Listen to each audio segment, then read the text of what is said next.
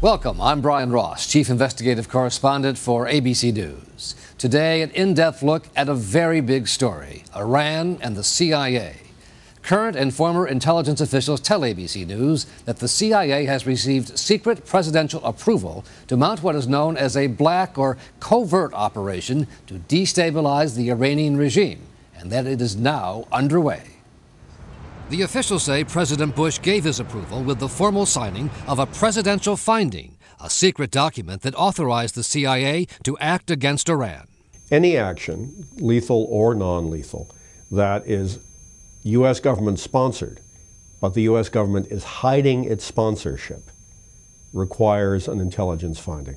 Intelligence officials described the CIA's Iranian plan as non-lethal, involving a coordinated campaign of propaganda broadcasts, placement of negative newspaper articles, and the manipulation of Iran's currency and international banking transactions, all playing to perceived vulnerabilities in Iran, according to former Assistant Secretary of Defense Peter Rudman. I think it's economically vulnerable. I think there's ferment in the country. I suspect there are a lot of people among intellectuals, among students, even in political life, who really don't like this clerical regime. Officials say the CIA plan takes the place of proposed U.S. military action against Iran, reportedly advocated by Vice President Cheney. I think that they've come to the conclusion a military strike has more downsides than upsides. Until 6 months ago, Bruce Riedel was a senior CIA official dealing with Iran and the region.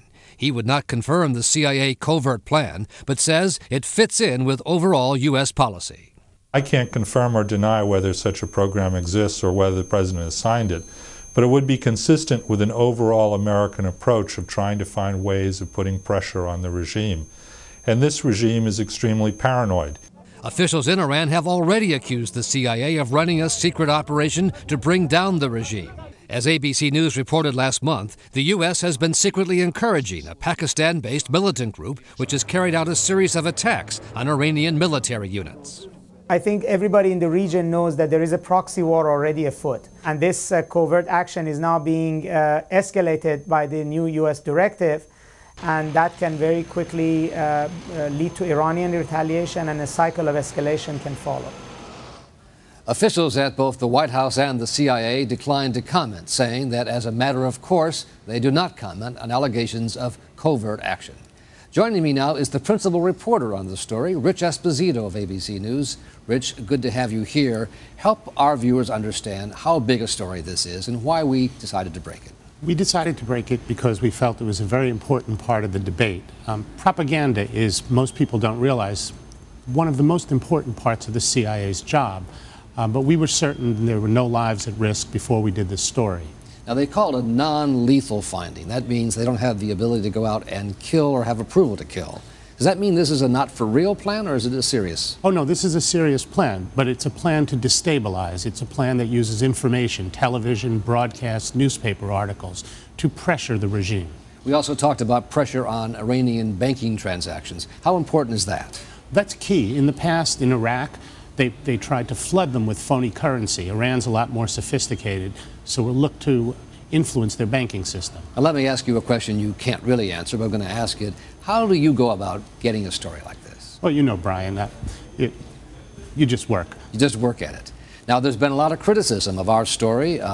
Two GOP presidential candidates say we were wrong to reveal a CIA covert plan that we might put national security at risk.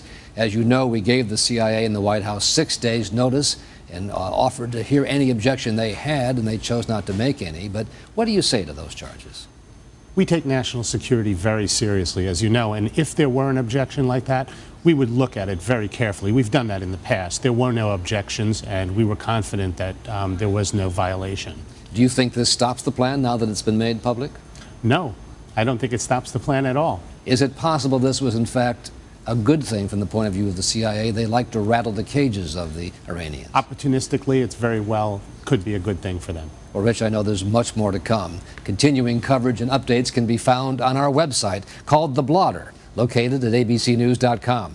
I want to hear what you have to say about our reports, good or bad. Send us your video comments or questions. Just go to the Brian Ross and the investigative team website at abcnews.com and click on Anonymous. For all of us at the ABC News investigative team, thanks for joining us, and we'll see you soon on the web. Go to abcnews.com anytime for Brian Ross and the investigative team. The reporting never stops at abcnews.com.